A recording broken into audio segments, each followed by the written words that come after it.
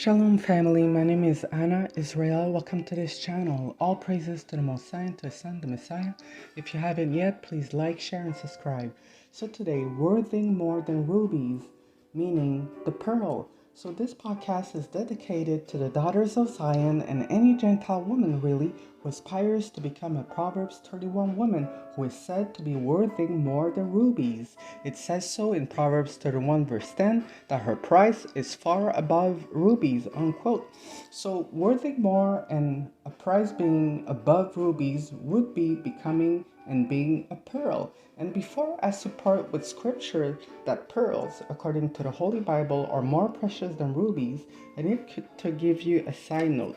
Pearls are the only gemstones that come from the sea in general, meaning it comes fresh out of water, which is why pearls have long been a symbol of purity. Those other gemstones, for the most part, come from the dirt of the earth. They're still very precious, however, and needed. They just don't have that link to the purest element, which is water. The Messiah, who is the Word of the Most High, is compared to water, especially that scripture that commands us to wash ourselves in the Most High's living Word, which is Christ. Okay, so now the scripture I'm going to give you is in Matthew chapter 13, verse 45, and it reads in a Bizarre translation, quote, "Again, the reign of the heaven is like a merchant seeking fine pearls." 46, who, when he had found one pearl of great price, went and sold all that he had and bought it, unquote. So we just heard what the Messiah himself said about pearls and how pretty much out of price they are.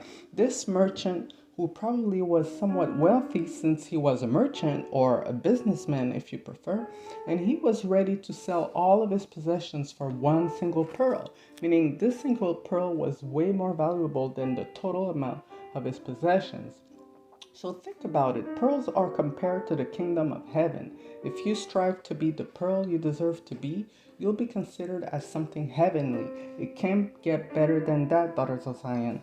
And a lot of you sisters in this Israelite community call themselves rubies, which is fine because rubies are very precious. However, the Proverbs 31 is worth far above rubies.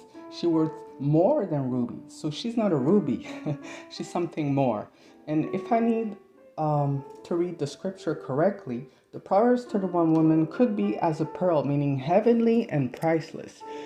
So now, before I conclude, I also want to give another biblical reference concerning pearls. In Revelations 21 verse 21, it mentions how the 12 gates of the holy city, Jerusalem, and of the 12 tribes are of one pearl. And yes, there is one different precious stone attributed to each Israelite tribe, but in this passage it says that all the 12 gates was made of one single pearl, probably a giant one.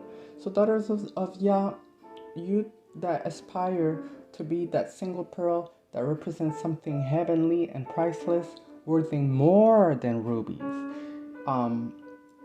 that would be the goal that you would set for yourself to be a pearl. And if it's sufficient unto you to be a ruby, a sapphire, an emerald, and etc., it's still very good because these are very precious stones as well, and we do the best that we can and that we can do in all things. But here we strive for excellence. So do the best that you can be to be that priceless single pearl that according to scripture is worth more than rubies, and that a man would be ready to sell all of his possessions to get. So that will be a very short podcast. That will be it for today. So if you enjoyed this lesson, please like, share, and subscribe. And if you have any comments, you can comment down the section below. And with this, I wish you much happiness, gladness, mirth, rest, and blessings to you all. Shalom.